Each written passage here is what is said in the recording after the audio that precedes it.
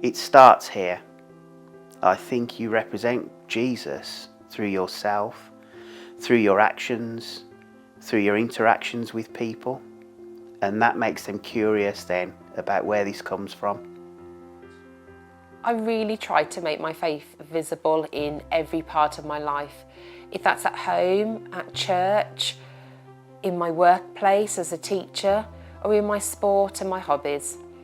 I'm not shy about telling people that I'm a Christian, and I also find sharing my faith on social media has created lots more opportunities to engage with people who are not yet Christians. As a result of this, I regularly get prayer requests from friends to pray for them and their situations.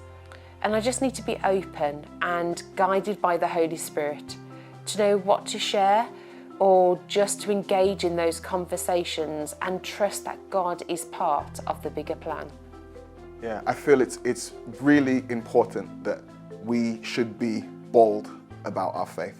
But I do believe that there's a power when that message comes in the context of relationship, authentic relationships, and in the context of actually caring for the person that you're speaking to, not just trying to win an argument, not just trying to shout over them and convince them that you're right and that they're wrong, not just trying to get the message across and then walk away, but to really care for, to listen to that person and to share what God's done in us and doing in us and has done for us, but with an open heart. But we had these barbecues in the evenings, and so all the neighbours got together outside having this barbecue. And this one particular neighbour, conversation came up about christening and all that kind of thing, and she just wanted to know about it. And then she started asking more and more questions about Jesus and about the Bible. And so, I was able to share with her, and she was just so interested that there was one story that she kind of knowed about the Bible stories. So it was like one story to the other. She was just asking another. Before I could finish any story, she was just asking about another story. And so that was really exciting.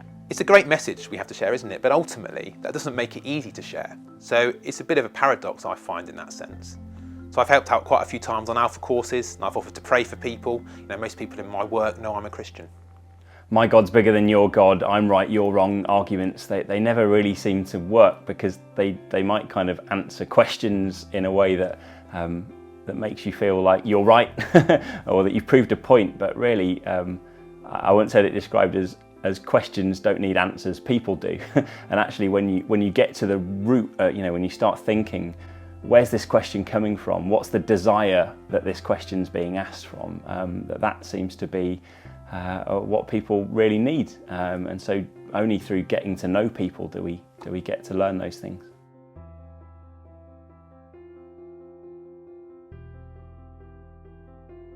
Just being myself and be authentic, really. I'm not pretending to be okay all the time. Because other people will feel like they're not reaching the mark. Just I have my own questions when I read the Bible, because some of it is difficult to understand. Just one day at a time, and just keep growing. Doing life with each other, so it's sort of a mutual encounter, whether that's praying together, worshipping together, supporting each other, so that when one person is going from difficult times, you can support them through prayer, practical ways such as taking meals. In our church we have small groups, and I think that's a great way to do that. I've actually been part of the same small group with my wife for the last 7 to 8 years, and we share a meal every week, but we know each other's lives inside out, and actually knowing when each other we're going through difficult times and being able to support each other during those times and praying for each other is something that's really encouraging and really helpful. Particularly, God didn't actually mean for us to do life alone. And we see when Jesus called his disciples, he called them to follow him, but he called them into relationship. So it wasn't just a case of, I'm teaching you what to do and you're going to follow me and listen and obey all my commands. But it was, follow me and see how I live and see my life, see who I am. And then he empowered them for them to go and do the same thing, drawing other people into relationship with God through showing them their life, demonstrating Jesus in them, through them, in every aspect of their life. So I think coming alongside people where they are in their life, encouraging them, sharing from my own life, and then listening to them where they're at.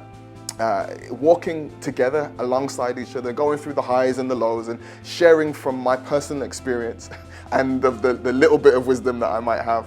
And then, you know, I'm learning from the people I'm discipling. We're learning from each other. We're all learning to follow Christ together.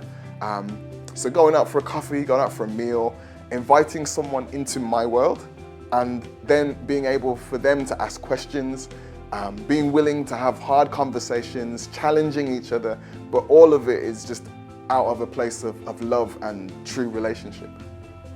With my friends, we can just encourage each other in our discipleship, just talking honestly about the struggles that we're facing in life and also the joyful moments. I truly believe that it's the Holy Spirit that equips us all and enables us all to encourage each other in our discipleship. So I think being real and the nuts and bolts of who you are, good or bad, he knows it already, but be honest, because there's a freedom in that, freedom because that's the starting point.